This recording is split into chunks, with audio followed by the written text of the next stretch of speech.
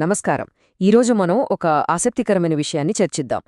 ఏంటంటే, ఆధునిక ప్రపంచంలో మన చుట్టూ చూస్తే అపారమైన సంపద, ఎన్నో రకాల సుఖాలు కనిపిస్తాయి కదా. కాని మనస్సులో ప్రశాంతత మాత్రం ఎందుకో రోజురోజుకి కరువైపోతోంది.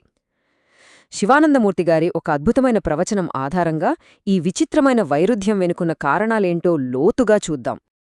ముందుగా మనం ఎదుర్కొంటున్న ఈ పరిస్థితిని ఒక్కసారి అర్థం చేసుకుందాం. మన తరంలో ఉన్నన్ని భౌతిక సుఖాలు, ఇంద్రియాలకు ఆనందాన్నిచ్చే విషయాలు బహుశా చరిత్రలో ఎప్పుడూ లేవేమో. అయినా సరే నిజమైన మనశ్శాంతి, ఒక రకమైన భరోసా మాత్రం మనకు అందని ద్రాక్షలాగే మిగిలిపోతోంది.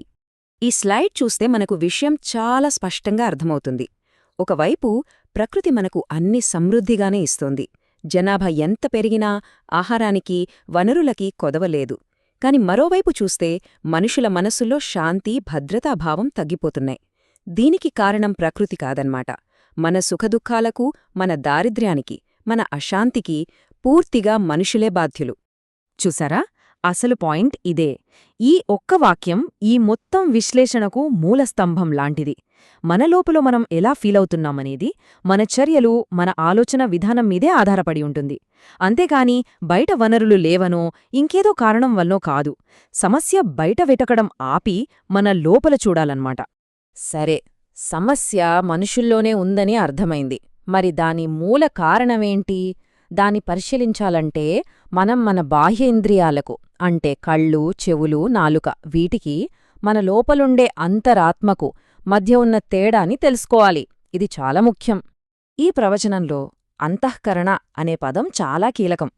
అంతఃకరణ అంటే ఏంటంటే మన లోపన ఉండే ఒక సాధనమన్నమాట. మన మనస్సు, బుద్ధి, అహంకారం అన్నీ దీని కిందకే వస్తాయి. మనం బయట చూసే, వినే, రుచి చూసే అనుభవాలన్నీ ఇక్కడే ప్రాసెస్ అవుతాయి. నిజమైన సంతృప్తి, శాంతి లేదా బాధ ఇలాంటివన్నీ మనం ఫీలయ్యేది ఈ అంతఃకరణలోనే. దీన్ని అర్థం చేసుకోవడానికి ఒక అద్భుతమైన ఉదాహరణ ఇచ్చారు చూడండి. మనం మంచి భోజనం చేసినప్పుడు రుచి చూసేది నాలుక. కాని ఆ సంతృప్తిని నిజంగా ఫీలయ్యేదెవరు? ఆ నాలుక వెనుక ఉన్న అంతఃకరణ. అలాగే మంచి సంగీతం విన్నప్పుడు ఆనందించేది కేవలం చెవులు కాదు, ఆ చెవుల వెనుక ఉన్న మన అంతరాత్మ ఆనందాన్ని పొందుతుంది. ఇక్కడే అసలు సమస్య మొదలవుతుంది. ఇంద్రియాలకు సుఖాన్నిచ్చే వస్తువులు, సంపదలు మన దగ్గర బోలెడున్నాయి. కాని ఆ ఇంద్రియ సుఖం లోపల ఉన్న అంతఃకరణకు శాంతిని, సంతృప్తిని ఇవ్వలేకపోతోంది. ఈ రెండింటి మధ్య కనెక్షన్ కట్ అయిపోయిందనమాట. ఒక పెద్ద గ్యాప్ వచ్చేసింది. మరి ఈ గ్యాప్ వల్ల ఏమవుతోంది? దాని పర్యవసానమేంటి? విచిత్రమేంటంటే మనం ఇంద్రియ సుఖాల వెంట ఎంత ఎక్కువగా పడితే అంత ఎక్కువగా భయం, అభద్రత మనల్ని చుట్టుముడతాయి. ఎలాగో చూద్దాం. ఈ సైకిల్ చూడండి, ఎంత సింపుల్గా ఉందో. మనం దేన్నైతే మన ఆనందం, మన భద్రత కోసమని కష్టపడి సంపాదిస్తామో చివరికి అదే మన నిద్రను పాడుచేస్తుంది. అదే మన ఆందోళనకు, భయానికి కారణమవుతుంది. దీన్ని ఎవరు దొంగిలిస్తారో, శత్రువులు ఎవరు, ఇది పోతే నా పరిస్థితి ఏంటి, ఇలాంటి ఆలోచనలతో సతమతమవుతాం. సరే, సమస్య చూసాం, దానివల్ల వచ్చే భయం చూసాం. మరి పరిష్కారమేంటి?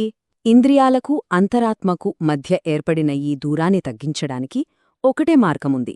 ఆ మార్గం ఈ రెండింటినీ నడిపించే ఏకీకృత శక్తిని గుర్తించడమే.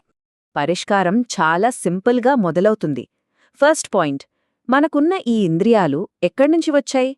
అవి ఈశ్వరుడు ఇచ్చిన ఒక వరం. అలాగే ఆ సుఖాన్ని, శాంతిని నిజంగా అనుభవించే మనలోపలి అంతఃకరణ కూడా అది ఈశ్వరుడికి చెందిందే. అప్పుడు లాజికేంటి? ఇంద్రియాలు, అంతఃకరణ రెండూ ఒకే మూలం నుంచి వచ్చినప్పుడు వాటిని వెనకుండి నడిపించే శక్తి కూడా ఒక్కటే కదా. ఇదే ఈ మొత్తం తత్వశాస్త్రం యొక్క శిఖరాగ్రం. మనం చేసే పనుల వెనుక, మనం పొందే అనుభవాల వెనుక అన్నిటికీ మూలమైన కర్త ఒక్కడే. ఒకే ఒక దైవిక చైతన్యం ఉంది అని ఎప్పుడైతే గ్రహిస్తామో అప్పుడే మనకు నిజమైన శాంతి అంటే ఏంటో తెలుస్తుంది. చివరిగా ఒక విషయం, ఈ పరిష్కారం, ఈ జ్ఞానం ఏదో కొత్తగా కనిపెట్టింది కాదు. ఇది మనతోనే ఎప్పటినుంచో ఉంది. కాని ఆధునిక జీవితపు హడావిడిలో మనం దీన్ని పూర్తిగా మరిచిపోయాం. ఇది ఒక సనాతనమైన, సర్వవ్యాప్తమైన జ్ఞానం. మరి ఈ జ్ఞానం ఎక్కడుంది? ఎక్కడో ఆకాశంలో లేదు, అది పంచభూతాల్లో ఉంది, సముద్రాల్లో, మేఘాల్లో ఉంది, సూర్యచంద్రుల్లో, నక్షత్రాల్లో ఉంది, సమస్త మానవాళిలో ఉంది. చివరికి ఒక చిన్న చీమలో కూడా అదే శక్తి, అదే జ్ఞానముంది. ఆ సర్వాంతర్యామిని గుర్తించడమే మనం చెయ్యాల్సింది. సో మనం గుర్తించుకోవలసిన కీలకమైన విషయం ఇదే. శాశ్వతమైన ఆనందం, సంతృప్తి అనేవి బయట వస్తువుల నుంచి, సంపద నుంచి రావు. అవి మన లోపల ఉన్న ఆ అంతర్గత సాక్షిని, ఆ అంతర్యామిని గుర్తించినప్పుడు వాటంతటవే వస్తాయి. కాబట్టి మనం ఈ విశ్లేషణను ఈ యొక్క ప్రశ్నతో ముగిద్దాం. ఒక్కసారి ఆలోచించండి. మన ఈ పెద్ద పెద్ద నగరాల్లో మన చుట్టూ ఇన్ని సౌకర్యాలు, ఇన్ని సుఖాలు ఉన్నా మనమసలు దేనిని మర్చిపోతున్నాం, దేనిని కోల్పోతున్నాం?